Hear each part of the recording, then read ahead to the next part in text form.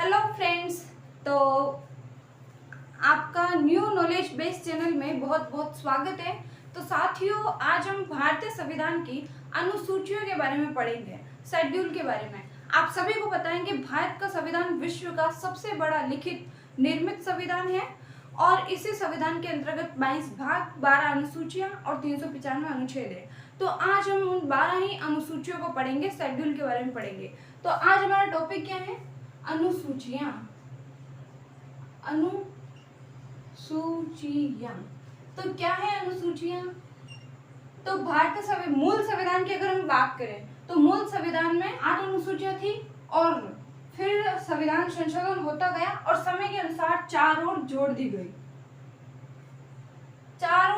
गई। वर्तमान में हम देखें तो 12 अनुसूचियां हैं। वर्तमान में कितनी अनुसूचियां हैं? 12। तो अगर पूछे कि मूल संविधान में कितनी अनुसूचियां थी तो 8 अनुसूचियां थी और फिर 90 संविधान मतलब प्रथम संविधान संशोधन के तहत 90 अनुसूची जोड़ दी गई, फिर 10वीं, 11वीं, 12वीं, ऐसे करके 4 जो ये अनुसूचियां हैं ये संशोधन करके जोड़ी गई, जबकि मूल संविधान में पूछे तो 8 अनुसूचियां थी। तो अगर हम प्रथम अनुसूची के बारे में बात करें कि प्रथम अनुसूची में क्या था, तो पहली अनुसूची में भारतीय संविधान के संघ शासित राज्यों और केंद्र शासित प्रदेशों के बारे में जानकारी मिलती है। यानी कि अगर कोई विदेशी भी भारत के संविधान को जानना चाहे, पढ़ना चाहे, तो उन्हें ये पता चलता है कि भारत में 28 राज्य और 8 केंद्र शासित प्रदेश है और इसके साथ ही भारत की सीमाएं, अगर कोई नया राज्य बनता है, नया केंद्र शासित प्रदेश बनता है, तो इसके लिए पहली अनुसूची में संशोधन करना बहुत जरूरी होता है। तो पहली अनुसूची में क्या है कि भारतीय राज्यों और यूटी केंद्र शासित प्रदेशों के बारे में पता चलता है। तो वर्तमान में क्या है? 28 राज्य प्लस 8 केंद्र शासित प्रदेश, इस तरीके से। ठीक है। दूसरी अनुसूची में है वेतन भत्ते। अच्छा, प्रथम अनुसूची में ये भी याद रखना कि जो 69 यानी 69वां संविधान संशोधन है ना, उसके तहत जो हमारी दिल्ली है उसको राष्ट्रीय राजधानी का दर्जा दिया गया प्रथम अनुसूची में ही। ठीक है। तो दूसरे में है वेतन भत्तों का उल्लेख।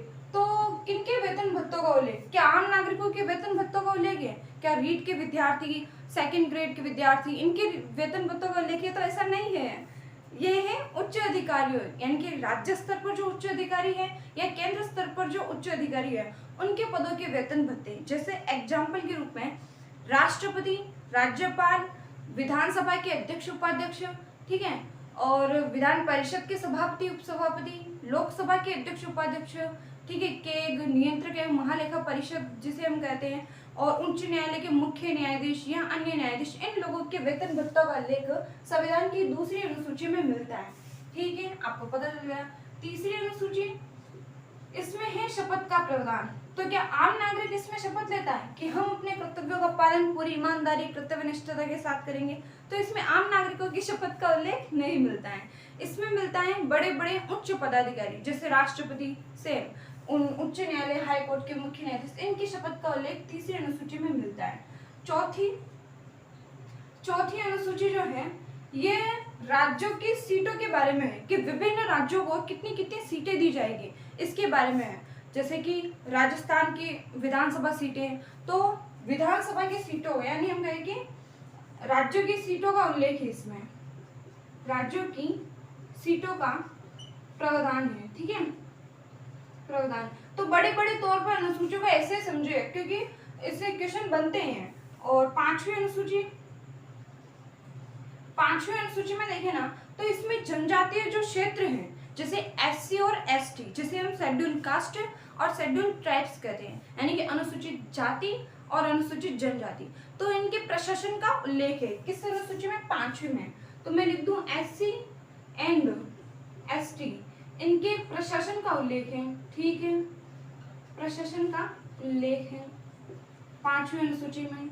छठी अनुसूची में है कि अभी देखो एससी एसटी के प्रशासन का उल्लेख तो ये हो गया, लेकिन काफी सारे ऐसे राज्य थे जिन पर खास ध्यान दिया गया, और जैसे कि असम, त्रिपुरा, मेघालय और मिजोरम, इस पर खास ध्यान रखना है। असम, त्रिपुरा, मेघालय, मिजोरम, इन 4 राज्यों के प्रशासन का उल्लेख अलग अनुसूची यानी कि छठी अनुसूची में देखने को मिलता है। क्यों? क्योंकि इधर छठी अनुसूची में इन राज्यों के अलग ही व्यवस्था का उल्लेख पर बहुत ज्यादा जोर दिया गया है और क्वेश्चन एग्जाम में यही सबसे ज्यादा बनते हैं और कह देते हैं कि निम्न में से किन राज्यों का उल्लेख जो है वो छठी अनुसूची में नहीं मिलता है और ऑप्शन में आता है मेघालय, मिजोरम और मणिपुर। तो मणिपुर नहीं है, यहाँ पर क्या है असम, त्रिपुरा, मेघालय और मिजोरम है।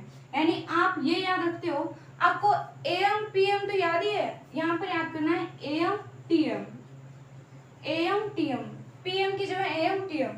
असम, मेघालय, त्रिपुरा, मिजोरम, असम, मेघालय, त्रिपुरा, मिजोरम, बार बार रिपीट करोगे ना तो पता चल जाएगा। ठीक है, अब 7वीं अनुसूची, 7वीं अनुसूची में जो है वो शक्तियों का बंटवारा है। अब शक्तियों का बंटवारा केंद्र और राज्यों के मध्य किया गया है और शक्तियों के बंटवारे में जो अनुसूची है ना उसको 3 तरीके से बांटा गया है, जैसे संघ सूची, राज्य सूची और समवर्ती सूची। तो संघ सूची में पहले 97 विषय थे, ठीक है, उसके बाद अभी 100 विषय हो गए।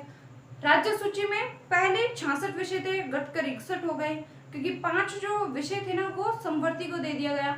समवर्ती सूची में पहले 47 विषय थे, वर्तमान में 52 हो गए। तो इस प्रकार से ना बढ़ते गए। तो 7वीं अनुसूची में शक्तियों का बंटवारा है। ठीक है, इधर हम लिखते हैं 8वीं अनुसूची। 8वीं अनुसूची में भाषा का उल्लेख है।